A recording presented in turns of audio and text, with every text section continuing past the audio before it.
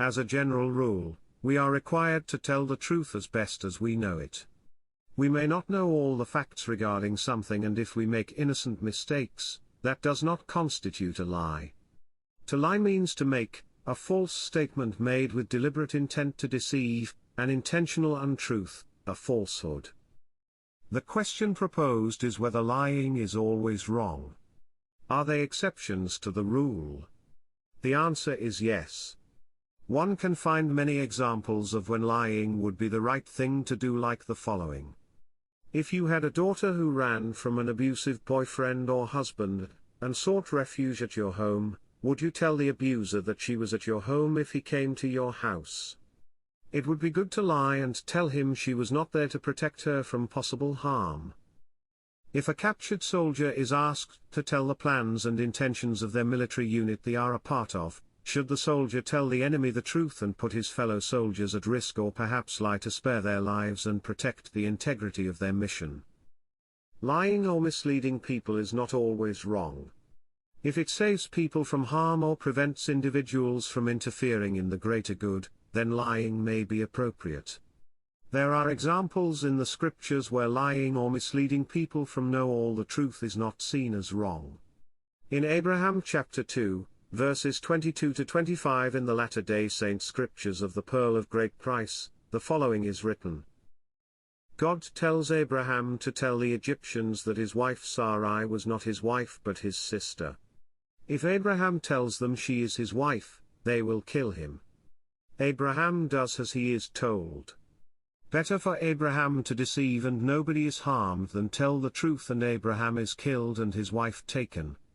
What happens next is found in Genesis 12:11-20. Abraham tells Sarai that she is to present herself to the Egyptians as his sister and not wife to spare his life. The Egyptians see Sarai, see that she is fair, and are apparently were told that Sarai was Abraham's sister. His life is spared. The Egyptians take Sarai and is presented to Pharaoh, while Abraham is treated well and obtains many good things as result of Pharaoh liking Sarai. God punishes Pharaoh due to his actions regarding Sarai.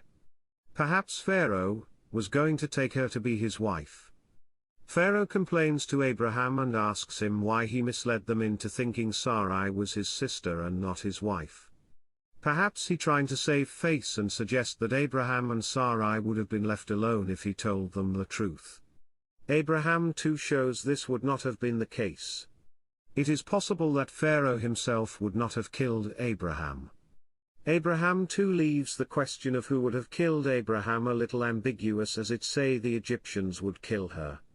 Perhaps some other Egyptians would have killed Abraham without the consent of Pharaoh, so they would receive a reward in return. A similar situation occurs again in Genesis chapter 20. Abraham tells Abimelech that Sarai is his sister and Abimelech takes Sarai. The Lord informs Abimelech that he is a dead man for taking Abraham's wife. Abimelech appeals that he did not know that Sarai was the wife of Abraham, and God tells him to restore Sarai to Abraham. Abimelech asks Abraham why he did not just tell him that Sarai was his wife. Abraham says he was worried that he would be killed if he told them she was his wife, and states that she was his sister. It is possible when God told Abraham that the Egyptians would kill him if he told them, he assumed Abimelech would also lead to a bad result. Verse 12 has Abraham declaring that Sarai actually was his half-sister. Abraham did not completely lie. In this example, the king of Egypt commands the killing of the sons of the Hebrews. The midwives refuse to comply. The midwives lie to the king to preserve the lives on the sons. They tell the king the sons were delivered before the midwives arrived to kill them, when in fact the midwives were present but decided not to kill them. As a result of their actions and their willingness to lie to keep their righteous actions to continue, God blessed them in verse 20. In conclusion, lying is wrong almost all of the time. However, there are situations where lying may be appropriate.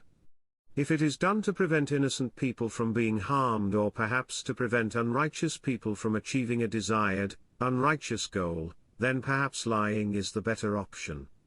Lying may be appropriate if the people would react to the truth in an unjust way. A person can't expect to be told the truth regarding something if they will respond to that truth in an inappropriate way. If a person wants the truth, they have to be willing to handle it in a mature, responsible way. Thank you for your time.